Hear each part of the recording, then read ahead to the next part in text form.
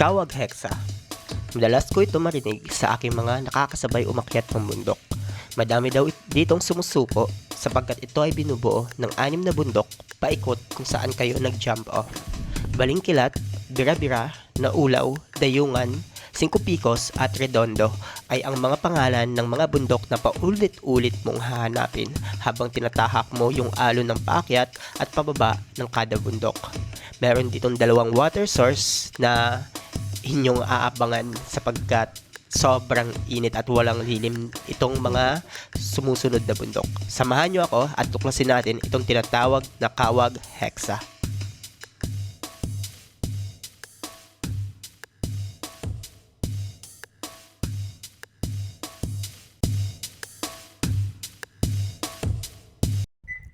Dito kami ay nagkita-kita na sa Greenfield at nakadating kami sa Zambales ng 2 o'clock PM. Sabay na kaming briefing kasabay ng ibang team. Binigay yung mga dapat namin gawin, dapat namin abangan, yung mga kailangan bayaran pag ikaw ay nakalagpas na sa cut-off time. Medyo stricto yung lokal dito para lang din naman sa kapakanan ng mga sumasali sa Kawag Hexa. Ang dami naman nilang cut-off, nakababa.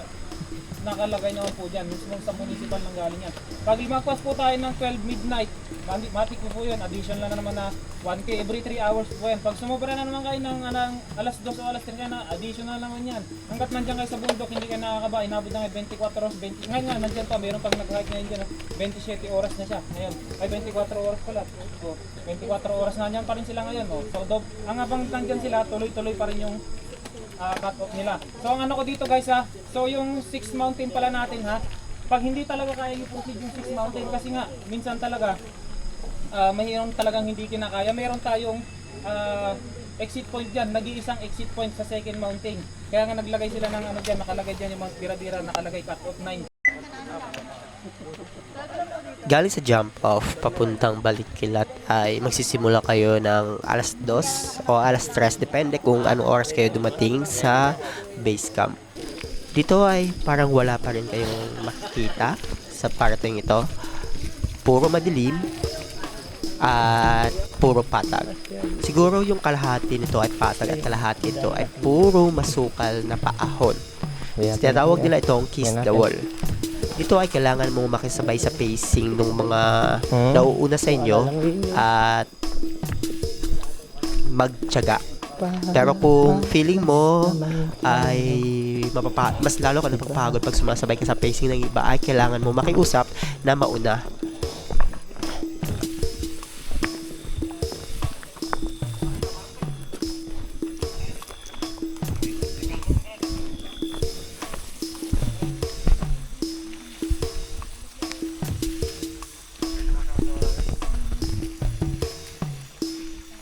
Sa Jollibee pa lang, umakyat ka ng hagdan eh.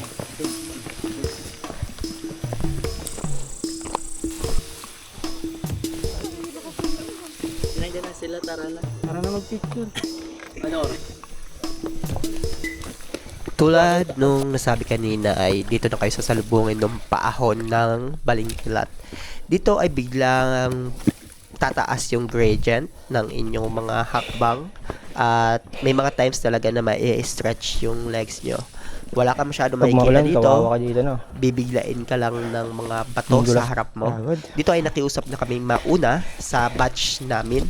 May mga nakasabay kami na ibang group din. And yung mga nauuna din ay kami-kami lang din yung nagkikita dito sa unahang part ng Balingkilat.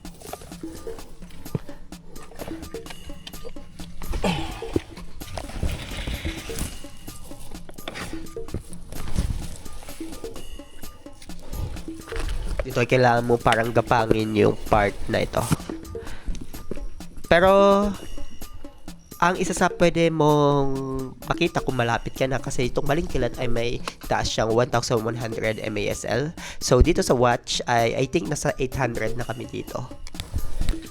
Konting ahon na lang to at sasalubungin kayo nung parang view deck. Hindi naman siya official view deck but parang ito yung unang parang false summit na Balingkilat. Wala dito yung signage pero pwede kayo dito salubungin nung pwede na kayo dito sumalubong nung parang sunrise or clearing.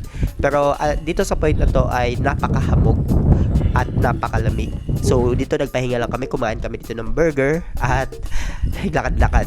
Dito makikita mo yung mga nandun sa time-lapse kanina na parang dito sila nagpi-picture, nag-aabang ng clearing.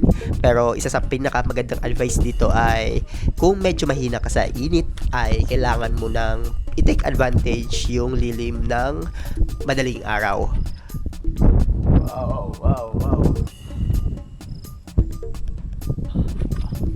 Dito ay, itong part na to, ng Balangkilat ay ito yung nakaharap sa West Philippine Sea. So, dito talaga ay sasalubungin kayo nung tawag yan, nung mga hamog. Pero, I think nung pagpababa ka na ng Balangkilat ay dito rin parang magiging tuyo yung hangin. Masakit siya sa lalamunan at sa ilong. So, ito yung isang pagkakamali ko kasi nag-antay kami dito ng almost 30 minutes. Natapos din yung Balangkilat. Ito yung view sa Balangkilat. Nandito kami ngayon. Kasabay namin yung ibang mga grupo.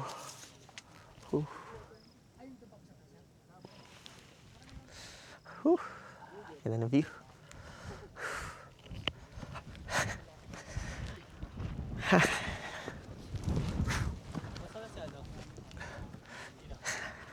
Ano kaya? Kaya? Pwede.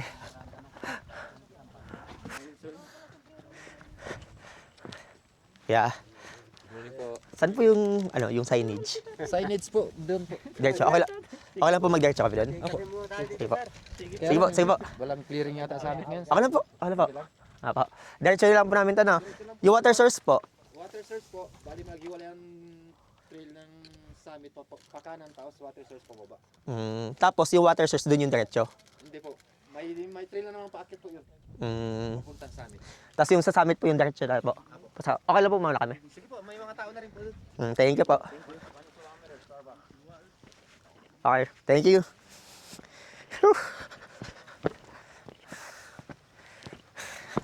Nakuha namin yung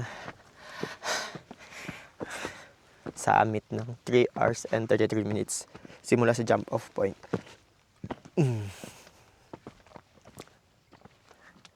Elevation niya ata mga 1,000 something MASL. Tapos tumambay muna kami dun sa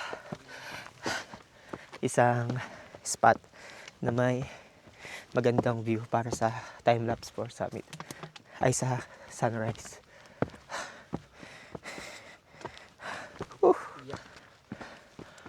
Basa na summit. Basa yung lupa dito. Basa. Kaya kasi magbo-moist yung yan kuya. Euro. Morning po. Saan po yung summit? Sige po.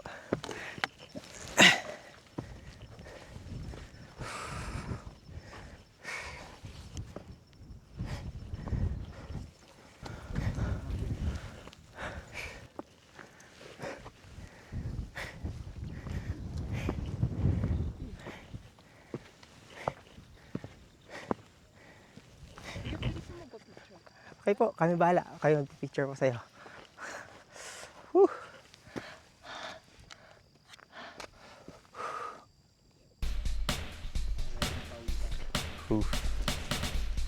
Sa wakas.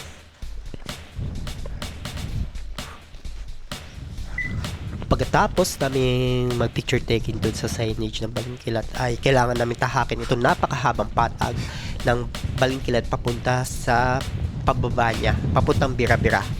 Ito rin yung part na para mag-U-turn yung bundok or yung tracks nyo. So, napakahaba nitong patag na to. Bago nyo makita yung tinatawag na mga parang rocky downhills kung saan yun yung mga mas nakakapagod na part kasi dun ata kayo aabutan ng sobrang init. Kung makikita nyo ay dito ay may mga clouds pa. Yung mga clouds ito yung mga parang mga hamog na galing sa dagat pa rin.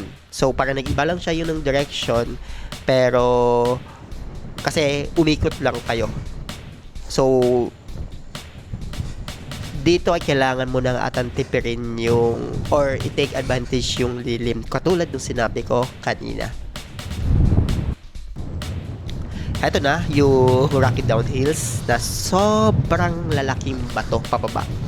Yan, kung makikita mo yung drone shots na yan, ayan yung bababain nyo. Kung titignan nyo, ay para kaming mga langgam sa sobrang Ang liit ganda dyan. ng Kawag Hexa. Diyan ay parang tuwang-tuwa pa ako. Kasi sobrang ganda talaga ng Kawag Hexa pag nandyan ka sa part na yan. Yung mga bato na yan ay sobrang lalaki niyan sa malapitan. At kailangan mo maging maingat na huwag kang pulikatin. Avoid mo yung mga wide steps, yung mga Wow! steps na parang sobrang lalaki para hindi ka masyadong pulikatin. Kasi once na mapulikat ka, yung Kawag Hexa ay napakalayo pang tatahakin nyo. So, pag Ganda. napulikat ka ay I think kailangan mo na mag-exit sa pangalawang mountains.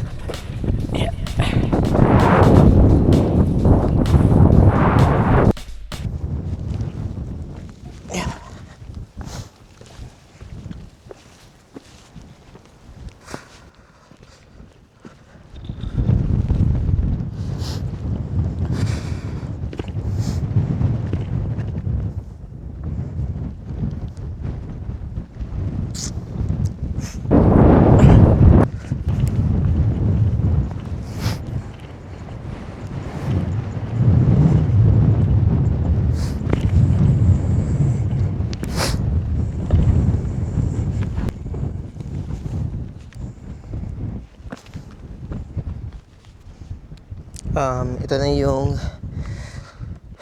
pababa after nung summit. Most likely mga rock boulders to, tapos parang mga alaw na terrain. Doon nanggaling yung ganun ka siya. Ang ganda. Hindi ko na-expect na meron ganitong klaseng yung kagandang trail dito sa Zambales. Even though mahirap siya.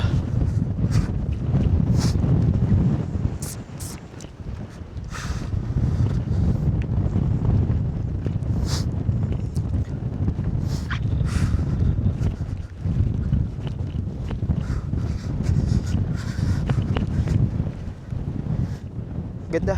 Shit.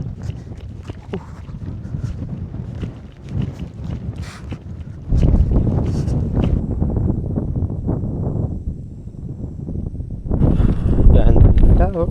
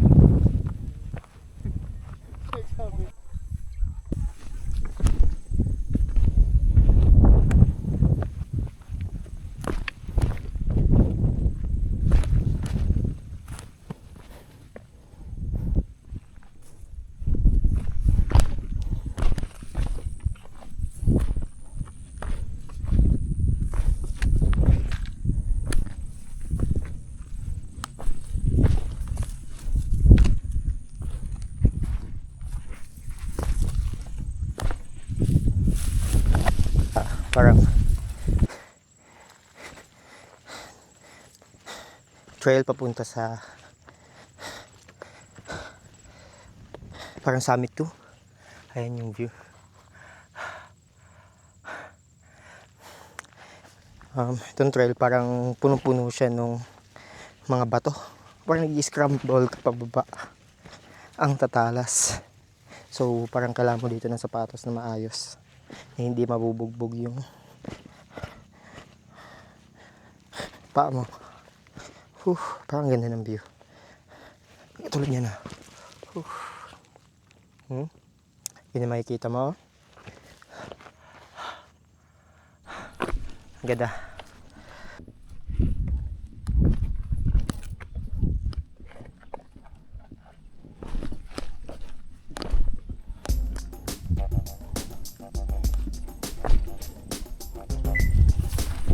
Yung mga guides at co-organizers ay nagsasabi na sa gitna ng trail ay may mabibilhan kang soft drinks at mga tubig. Pero hindi wala itong kasiguraduhan, pero sinasabi lang nila na may mga chance daw na may mga batang nagtitinda.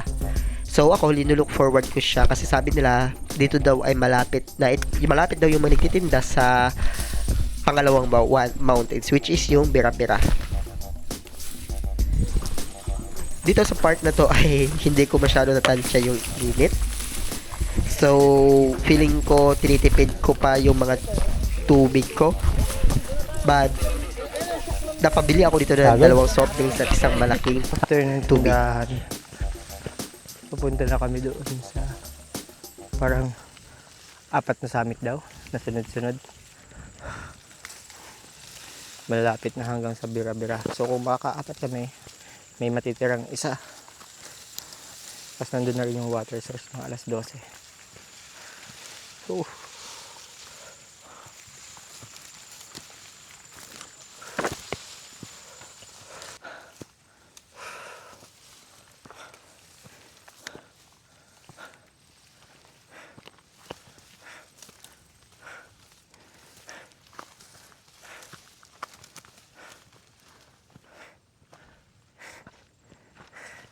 ay salamat.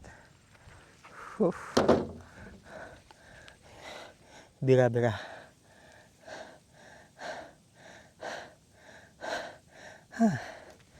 Salamat. Swerte, may titinda ng soft drinks doon. Pagkatapos kong mag-picture dun sa Bira-Bira ay nagsimula na rin akong maglakad pa konti-konti papunta dun sa pangatlong summit, which is yung tinatawag na Naulaw. Yun na yung Bira-Bira. Mali pala. Pala ko yung Bira-Bira yung pang-4. Pangalawa pala. So, mababa lang naman. 450. So, parang from 1-1, bababa ka ng 600 para maging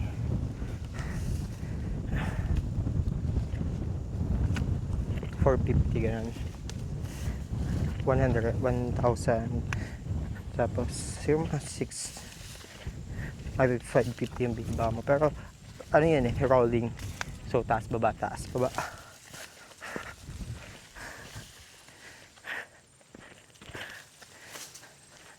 Tapos sabi nila magkakadikit lang daw yung 4, so yung pang 5 yung last na mahaba. Tapos puro na naman siyang puro na siya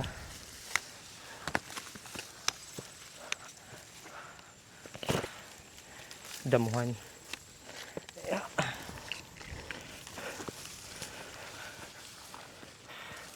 So rolling na siya, napakainit.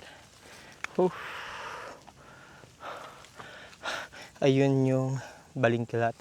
Akyatin mo, tapos bababa ka dun. Ayan, tapos dyan yung Bira-Bira. Ito na yung Bira-Bira.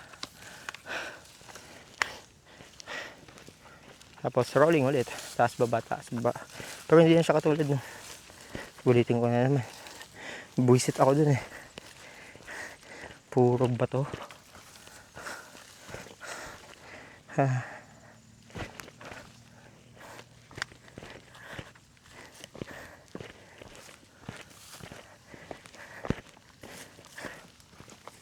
Ganda ng Laki ng Subic. Yan sa Balas. Kahawag ngayon ko lang ito narinig eh. Ay naman, naririnig ko na siya sa mga nakakasabay ko magbuntok na mahirap daw ito. Sa totoo mahirap talaga eh. Siguro mas malala pa siya dun sa Kibungan. Kasi yung Kibungan, at least ano yun, 3 araw.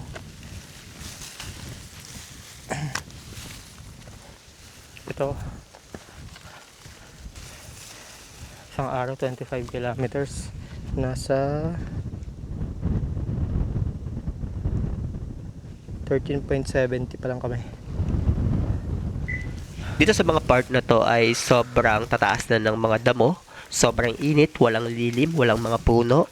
Pero ikaw naman ay babayaran ng napakagandang view sa kaliwat kanan mo. Sa kaliwa ata dito yung parang Subic. Ay hindi, sa kanan pala yung parang dagat dito.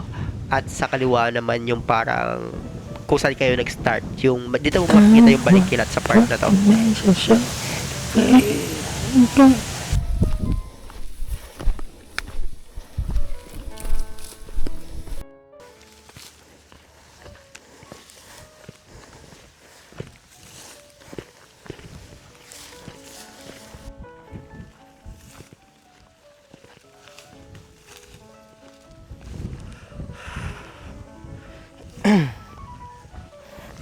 Mahabang patag yung after nung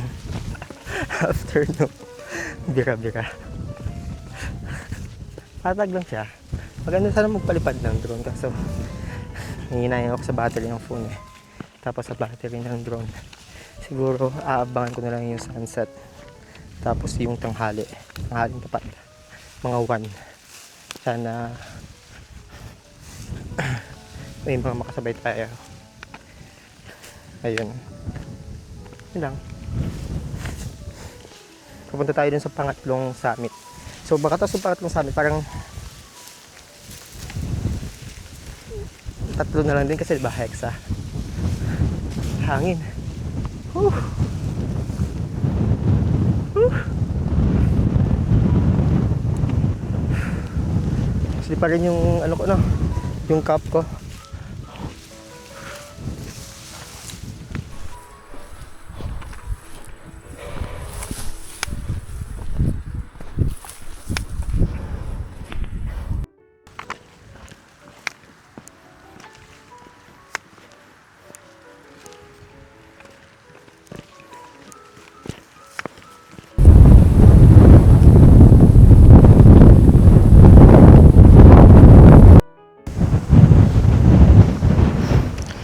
Ang hangin. Ewan ko kung rinig siya sa camera. Pero sobrang hangin. Ang ganda mag-hike pag ganito. Hindi tuyo yung hangin. Kanina sobrang tuyo ng hangin eh. Kasi parang valley ba yun? Valley ba tawag doon? Parang pakurbang bundok. Dito open space siya, so parang nanggagaling yung hangin galing sa dagat. So di ako sure kung galing sa dagat kasi kung galing sa dagat nag-evaporate, edi mas ano yun, di ba? Tawag dyan, mainit.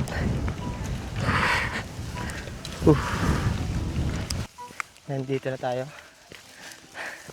sa pangatlong summit ng Kawag Hexa. Hindi ko alam kung pangalan.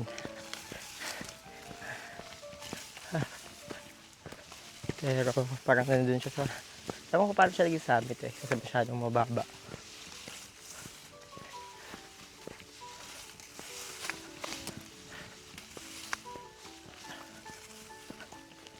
So, ang pangalan niya ay...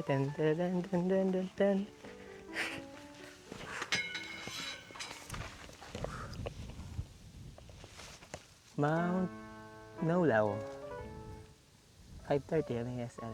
Hindi naman siya ganun kataasan. Tapos mag-picture lang tayo. Kasi may init eh. Tapos alis na tayo agad. Ayan.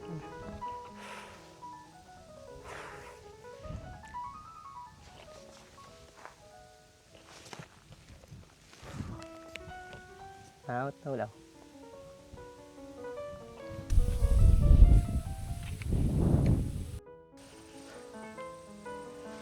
So, tapos na tayo dun sa picture sa naulaw signage. So, dun tayo sa pang-apat. Hopefully, matapos natin ang mabilis. Siguro yun yung last Yung, itong bundok na to yung pinaka-last. Kita ba? Yan. Masyadong mataas siya, pero I think kaya naman siya eh. Pwede lang ako sigurado. O ibang bundok yan. Kasi kung titignan mo, nandun yung Mount Bingkilat. Kaya parang hindi siya magme-make sense. Parang ito yung sinasabing summit namin. So hindi siya mag-make sense kung dun kami pupunta. Kasi paano ka bababa dun sa sinimulan niya, di ba? Kasi sabi daw circle lang daw to eh. And upon check it sa Garmin, parang paikot lang din siya. So yun, tingnan natin. Kung makikita nyo ay ako lang yung mag-isa dito sa trail to. Walang tao ako nakikita sa unahan ko at wala din akong tao nakikita sa likuran ko. Para ako napagitnaan nung mga nauna at nung mga nahuli. So yung mga nauna dito ay I think mga around siyam kami. So isa sa team namin yung pinaka nauna, tapos 7 na halo-halong team, tapos 8 ata. Tapos ako yung pang siyam sa mga nauna. Tapos may mga nahuli ata mga around 40 to 30 persons, which is sila yung parang binabantayan ng mga guides. Sa part na to ay kailangan mo lang i-track yung trail. Hindi pa dito nakakalito kasi may mga part pang sobrang nakakalito sa pang 5th summit. Dito ay magsasawa ka sa view ng Kawag Hexa. Dito ka na maiinis sa Kawag Hexa sa part na ito. Kasi sobrang init. Nag-wonder ko kung kasya pa yung tubig mo. Mag-wonder ka kung tama pa yung dinadaanan mo. Ang dami mong tanong dito sa part na to. Pero ito rin yung time na parang magbibilib ka sa sarili mo once matapos mo yung Kawag Hexa. Sa totoo, hindi ko in-expect na ganito kaganda yung Kawag Hexa na aking sinalihan before matapos yung taon. Natapos natin yung ayun super pababa tapos super paakyat. Pero hindi para tayo nakakapunta din sa parang 4th summit. Pagod.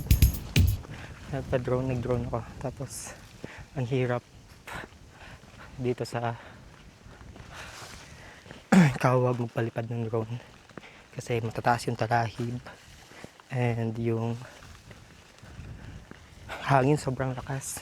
Like galing talaga siya sa dagat. Nagwa-warning na nga yung drone na strong wind. So kahit i-steady mo siya, kahit gusto mo mag-steady shot, gagalaw siya ng automatic. Hindi kaya i-hover ng drone yung hangin dito.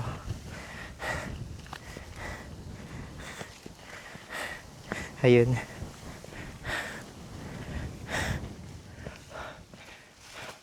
Tapos natin yung isang ahon. Nag-wait lang tayo dun sa next water source. Pero may tubig pa naman tayo. Kompleto pa. Pero medyo nahihilo ako. Tawang ko baka nasobrang ako sugar.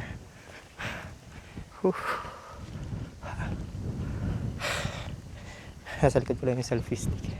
Tapos yung trekking pole.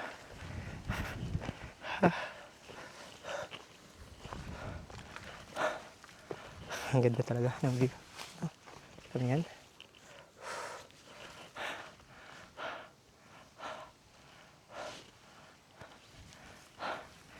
Yun lang. Tapos next update ata doon na sana sa next summit. Kung makikita mo sa ibang video ng Kawag Hexa ay itong part na to ay Babaw lang daw yung ilog eh.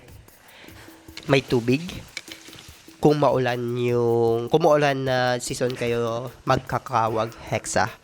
Pero hindi pa ito yung parang last water source ng sa gitna ng Naulaw at Dayungan. Yung water source na yun ay isang malaking ilog na pwede nyong pagpahingahan. Doon kayo pwedeng kumain Ito at sa YouTube eh. doon kayo pwedeng magpahiga bago nyo tahakin yung napaka Parang hindi na namin tatawag. mataas na pang-apat na bundok, which is yung Dayungan.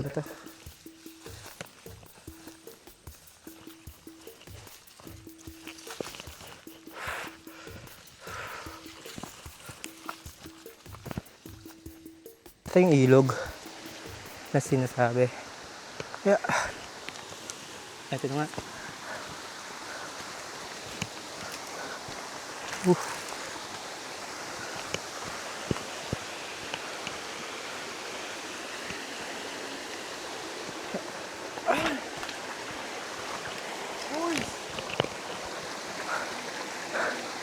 Kuya. Nagasunod ka ako sa likod. Nandyan sila. Dito sila? Parang nung nandun ako sa taas, nandun sila sa kabila. Malapit na din. Marami sila? Adi, yung mga kasama namin. Kahit muna ko. Sige po. Saan ka kumuha ng tubig, kuya? Diyan lang. O, na yan dyan, o. Criminal water. Criminal water. Ikaw, criminal or funeral water. Di, naglaro-laro ako ng drone dun eh. Nililipad yung drone. Nililipad ba? Oo, nililipad.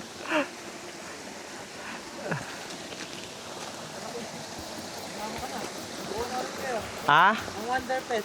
Ito yung sinasabi kong grupo na nauna sa akin, which is kami yung batch ng mga tunay na nauna. Dito ay kumain pa sila, kaya ako sila naaputan. Pero ako ay hindi na ako dito kumain kasi wala akong dalang lunch. Dala ko lang ay parang 2 yum burger, which is kinain ko doon sa unang balingkilat.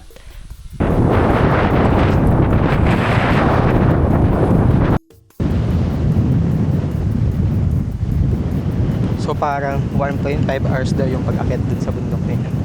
Tapos puro na pababa. So kung makukuha namin yun ng mas maaga, mas maganda. Dito kita mo pa din yung mga inakit namin. So ayun yung Balingkilat. Tapos Bira-Bira. Naulaw. Tapos papunta kami sa pang-apat na bundok.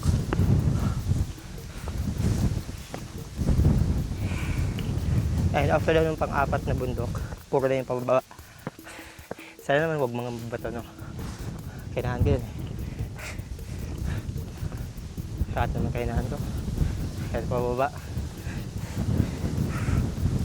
Kahit sang-sanga, mahina din ako, no?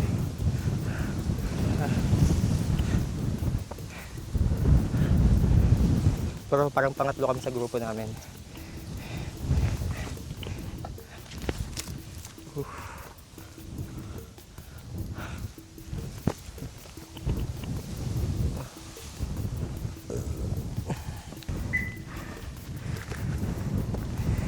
Kung titignan mo ay parang ang liit lang nung tinatawag na dayungan dito sa video. Pero pag nandyan ka na ay sobrang overwhelming itong dayungan. Ang pinagkaiba nito sa balingkilat ay yung balingkilat ay habang tinatahak mo ay sobrang dilim pa. So, at sobrang hindi pa mainit. So, hindi ka parang ma-overwhelm, hindi ka matatakot, hindi ka maiinis, hindi ka ma-frustrate habang tinatahak mo yung dayungan. Isa ito sa parang kung i-rank mo yung mga bundok, isa ito sa pinakaayaw kong bundok itong dayungan. Kasi once na lumapit ka na, ang dami mo makikita na mga false summits. Aakalain mo na yun na yung summit pero hindi pa pala. May mga part din dito na isang malaking bato na pwede niyong pagpahingahan ng mga kasama mo. O pwede dito na kayo rin kayo kumain.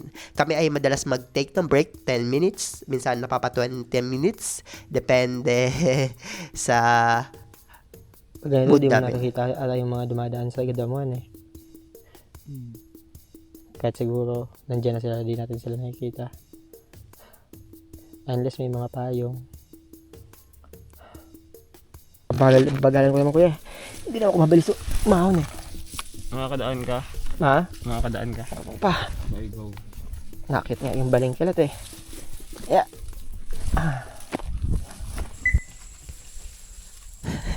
Kita na sa mga mukha ko yung pagkainis. Kasi gutom na ako sa part na to.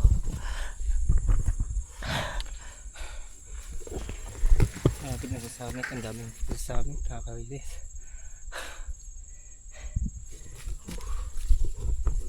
Punta ako. Gusto na kainin yung burger na last ko. Pagod. Sa wakas na akit din namin to. Ang ay. Bundok to. Puro fall summit.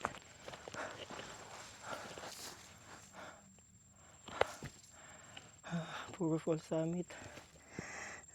Walang pala yung fall summit. Nagpahinga muna kami saglit. Tapos ayan yung bababa namin. Kita ba? Ayan. Parang ridges na naman siya ng mga bato-bato ulit. Sabi daw kiss the wall daw ulit to. So mahababang pababa na naman to.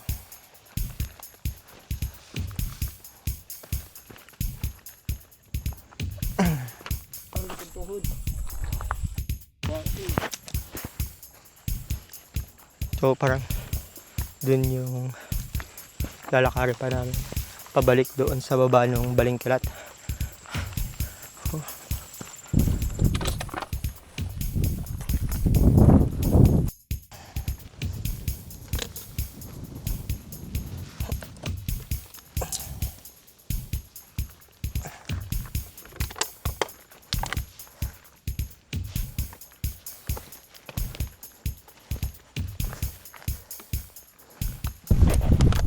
Madali itong bato na to eh.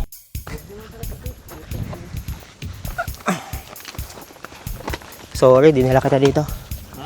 Sorry, di nila kita dito, kuya. Mas madali kasi dito. Dito kasi sa kabila, may lupa eh. Sakit sa pa. Pag bato kasi mas madikit.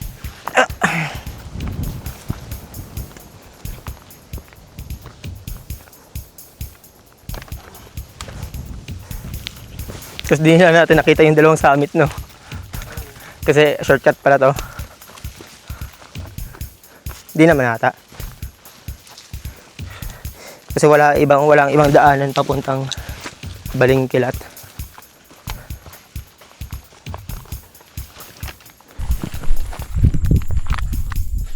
Wala na akong jelly. First time ko maubusan ng jelly sa hike.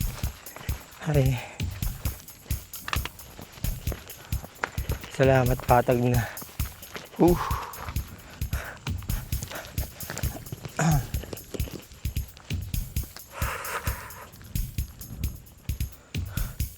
Update.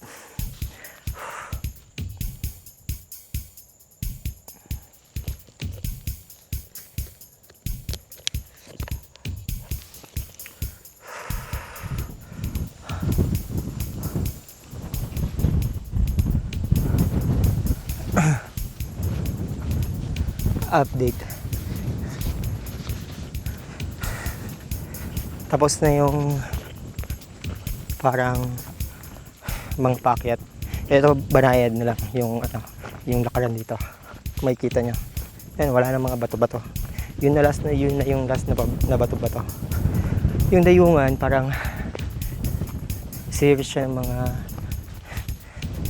fall summits. Hindi naman siya fall summits talaga, parang hinaharangan lang nung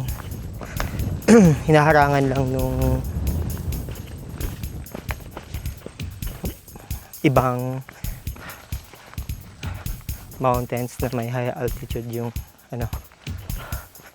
yung pinaka-summit. Sobrang nakakapagod. Natulog muna kami doon ng 20 minutes tapos binaba namin yung parang boulder na naman. Boulder ba yan? Hindi ko alam. Tapos ngayon papunta na kami dun sa banayad na part. Dire-diretso na ito papuntang Balingkilat. Balingkilat. Kasi kami nag-start. Parang sa baba nun.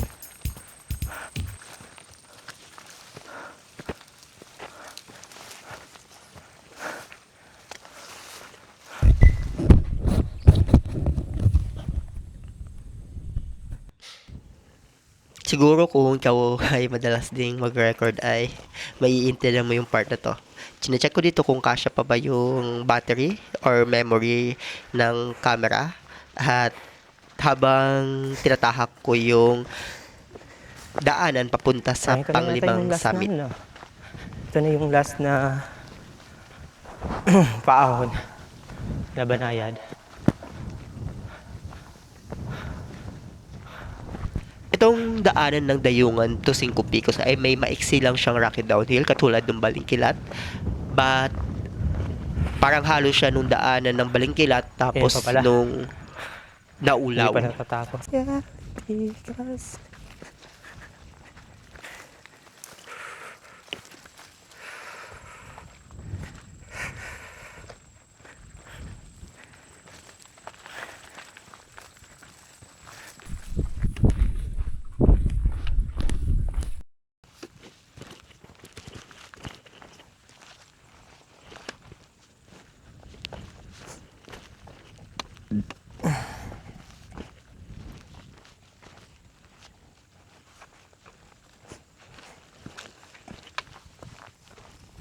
Ang layo pa ng Fifth Mountain. Nagsimula kami dun sa 140, 290 na. So 20 plus 20 minutes, 40 minutes na ako nagbababa. Wala pa rin yung second mountain. Ay, fifth mountain. Maubusan ako ng battery ng phone. Hindi ko alam kung makakapagpalipad pa ako ng drone. Ay.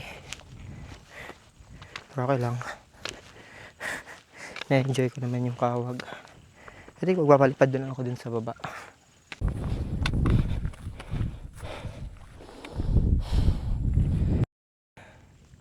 Sa ganda nito. I think di mo na need mag-drone shot dito eh.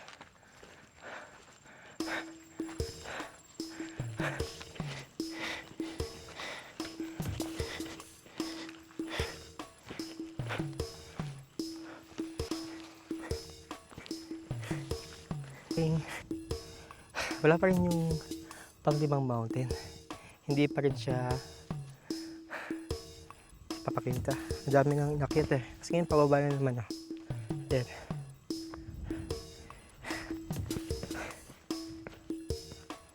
medyo nakakaumay. Hindi naman siya nakakaumay, parang nakakabitin lang. Kasi excited ka na makapag-picture dun sa summit eh. Then, ayun. Kasi pag nag-fifth summit na, parang yung utak mo, regardless kung uhaw ka, gutom ka, nandun na nakafocus sa parang goal na matapos mo yung pang-anim. Pero sabi kasi nila hanggang 6 daw yun eh, kung ganun yung time namin. Nagpahinga kami almost 40 minutes. Pinaunan ako ng kasama ko kasi nagka-cramps na siya. Ang ganda ng plants na nandito. Ayan.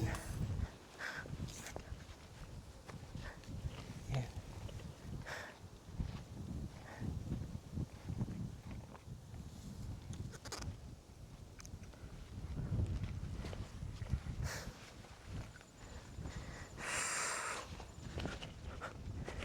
Malaki na sa Balas.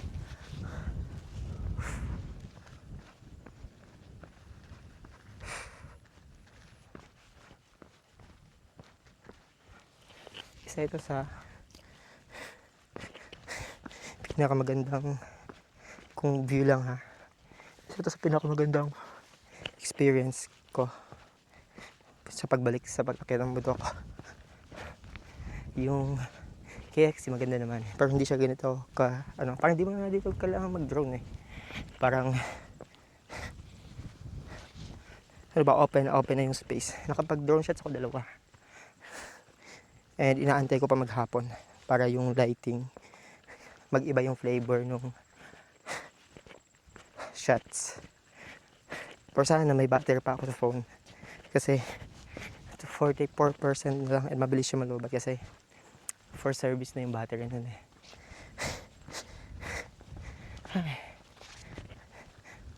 next update sa 5th mountain tayo. Bye. Di ko alam kung kita dito yung ano, pero nakasabi dito yung signage ng 5th mountain. Ayan yung cute na mountain na yan. Mountain pala yan. Ayan. Malapit tayo sa 5th mountain. Malulubat na ako. So last battery na lang ito. I don't know kung makakaabot pa ito sa 6th mountain, tapos sa baba ng Biningkilat. Anyway, that's the update for today. Bye. And this is the last battery for today. Kailangan ng extra battery. Yung tatlo lang. And titignan natin kung ano yung pangalan ng bundok.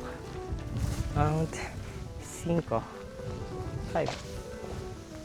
Dayungan, 4. It means may mga numbers sila dito. No? Tanong kaya natin yung mga lokal dito. Bakit ganun yung mga pangalan ng mga bundok?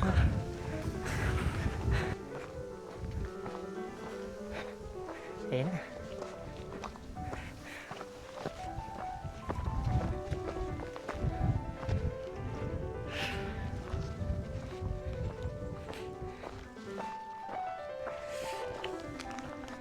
Mount 5, 5.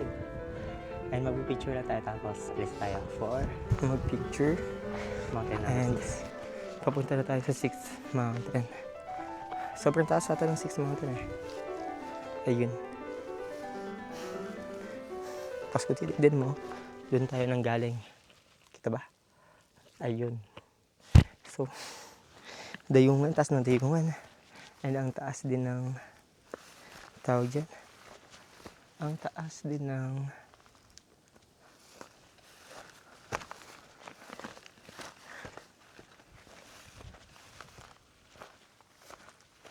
tama ba itong dinadaan ko? Tama tayo. Ang taas ng dayungan, tapos ang taas din ng Biningkilat. Wait, babalik ako. Tsaka muna ko may daanan doon. Kasi wala akong nakikita ng trail dito. At nawala tayo.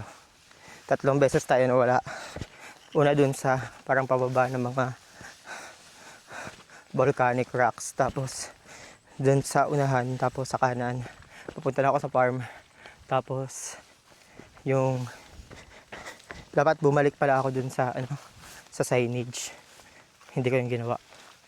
Ay nako. Ang laking time na na-consume nun. Anyway. Pupunta na tayo sa pang-anim.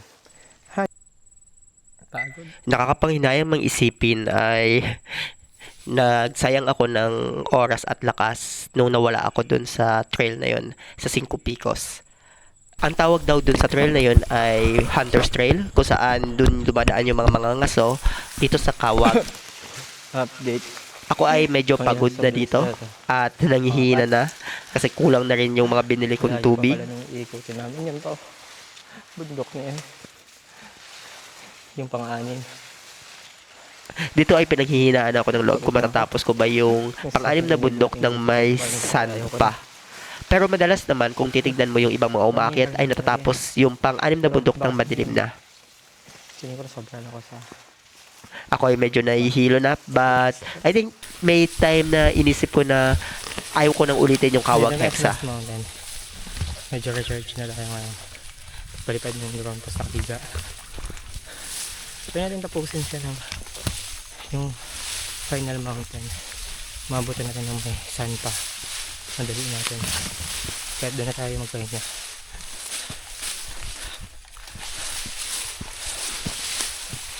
Think ayaw ko na siyang ulitin. Hindi ako babalik dito. At ito nga yung signage number 6. Redondo Summit ang tawag.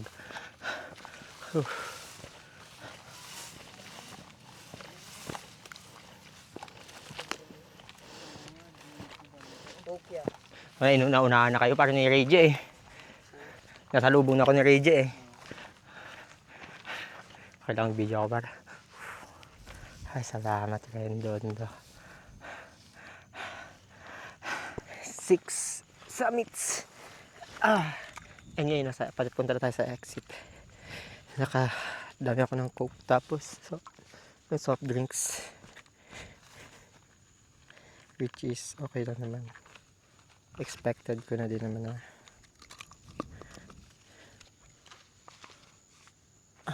Wait lang. Naiwan ba ako dito? Check na natin bag natin. Gagabi na. Pero at least natapos ko yung natapos ko yung 6 summits ng may Slampa. And it's an achievement na. Kasi madalas natatapos sila.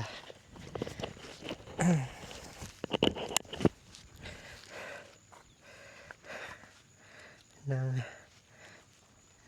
gabi na. So alam ko gagabihin ako siguro mga 6 or 7 nasa ako. Pero ayun.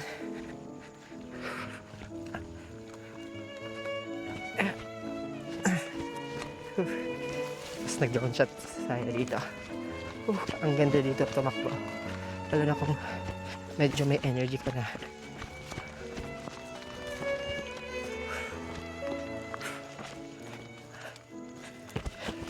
Madalas dito na tumatakbo yung mga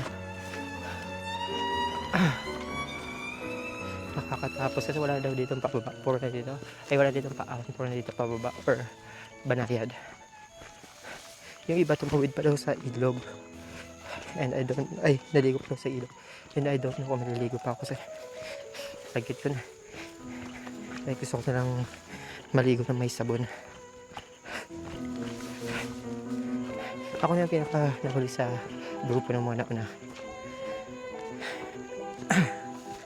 Medyo nalobat na ako ng katawan eh. Kailangan ko ng sugars. Magkano yung nagastos ko sa soft drinks pala 400. 8 pieces ng 6 pieces ng soft drinks. Tapos isang malaking mineral. But still, I think okay pa rin naman yun. Kasi sugar pa rin yan eh. And magagamit mo pa rin yan sa pagtakbo. Ang ganun din naman yung madalas iinom namin nung nagbabike kami. Lumang edad na rin ako. I'm 28 na. Hindi na katulad ng dati na nagbabike kami. Ilang edad ko na? 23, 24? Yeah. Oops. Banayad naman siya. Dahil sa part na to ay medyo kalmado pa ako. Pero yung mga susunod ay parang hindi ko inaasahan kasi yun yung isa sa mga pinaka nakakatakot na part ng Kawag Hexa. Bakit? Nakapag-drone shots ako. Kasi di ba katulad ng sinabi ko kanina ay dalawa nahati yung isang group, yung pinaka-group namin ng sama-sama ng mga van sa dalawang grupo. Yung unang grupo ay kami, yung mga nauna, which is yung pinahiram lang ng radyo if in case na may mga part na nakakalito. So once ma-detach ka dun sa unang part and mapagitnaan ka katulad ng nangyari sa akin ay kailangan mo tahakin yung pababa, like from Summit 6 papunta sa base camp ng sobrang dilim and wala kang ibang guide. Walang ibang guide kundi yung instinct mo lang. May trail naman but may mga part na sobrang nakakalito. May mga ilog at may mga ilog at may mga daanan na sobrang kinabahan ako. Kung kaya ko ba siyang tapos yung Kawag. Kung kaya ko ba siyang kung kaya ko bang makauwi na hindi ako naliligaw. I think isa sa part na to yung nag-ask na ako ng help sa bahay. Tumawag ako sa bahay nung may signal kasi 14% na lang yung battery ko at nag-chat ako sa grupo namin kung saan yung daanan pagkatapos ng ilog. Kasi yung kaliwa nun is yun yung babalik ka ulit dun sa pangalawang mountain at yung kanan is yung daanan papunta dun sa tunay na jump off. Nakakabalang pag nakakakita ka ng parang image ng batang nagtitinda. Mahilig kasi sila magtambay dun sa isang gilid. Tapos, aalokin ka ng coke. Hindi ko alam kung saan ang dadaanan ko dito. Try yung footsteps ng ito. Footsteps nila. Ito. Footsteps na ng tao. So hanap tayo ng mga bakas na may basa. Ito, basa to. Ito basa. Ito basa din. Most like dito nagpalit sila dito. So dito sila aakyat. Dito sila umakyat. Dapat may part na basa dito. Ayun.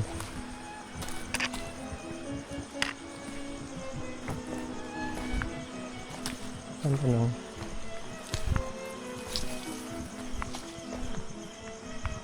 Baka private property ito. Saan ako dadaan? Or may aso.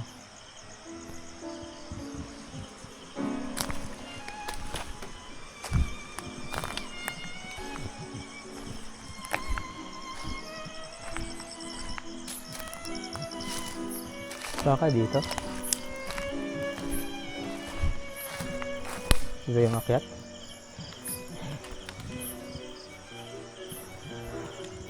Ang hirap naman mahuli. O mapagitnaan.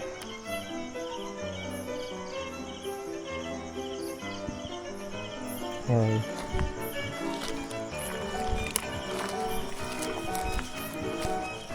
So dapat ito. Nito to.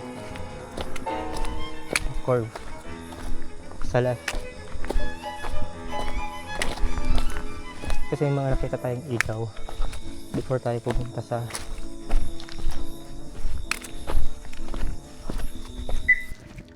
At dito na nagtatapos ang aking paglalakbay dito sa tinatawag na Kawag Hexa. Mahirap mang isipin pero ito ay parang in total sa record ng watch ko ay aabot ng 40 kilometers. Hindi ko in-expect sa sarili ko na kaya ko maglakad ng ganun kahaba sa isang araw pag yung mga time na gusto kong mag-exercise kasi mabilis akong maumay sa mga daanan ko. So madalas ay parang pag 5 km or 10 km ay sumusuko na ako or nag-i-stop na ako tumakbo o maglakad. Pero dito ay parang punong-puno ito ng parang overlooking view ng buong Zambales. Dito ay hindi ka magsasawa. Dito rin ay matcha-challenge mo yung sarili mo kung gaano ka katatag mentally, hindi lang physically. Kasi may mga time na yung pag hindi mo na kayang, hindi mo na makita yung mga daanan ay parang gusto mo nang magantay, gusto mo nang sumuko o gusto mo nang hindi mo alam kung ano yung may isip mo during those times na hindi mo na alam kung saan ka dadaan, sobrang dilim na.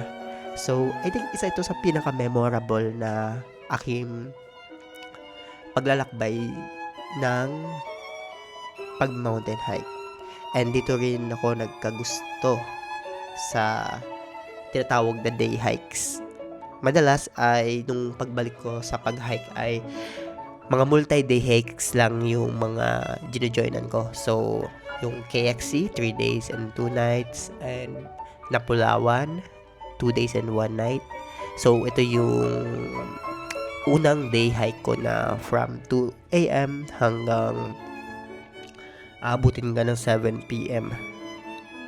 sa daanan. And wala akong pinagsisihan. Ang masasabi ko lang sa mga gustong mag-try ng Kawag Hexa ay kailangan nyo lang handain yung sarili nyo mentally and physically. Yung mga nakasabay namin, may mga na-hospital, may mga nag-quit, pero pwede mo naman balikan ang Kawag Hexa. Ayun lang.